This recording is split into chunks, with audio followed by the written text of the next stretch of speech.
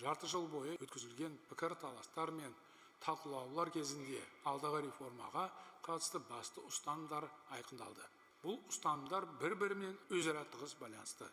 Тиісті байланыс арналары арқылы халықтан келіп түскен идеялар мұқият сараланды. Ойға қонымды бастамалар барынша ескерілді. Халықтың қолдауына ие болса, Қазақстанның мемлекеттік құрылысының жаңа кезеңі басталады.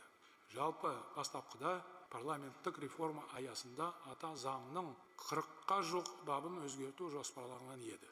Алайда жұмыс барысында түзетулер саны әлдеқайда көп екені белгілі болды. 2022 жылғы реформада ата заңның 33 бабы жаңарғанын білесіздер.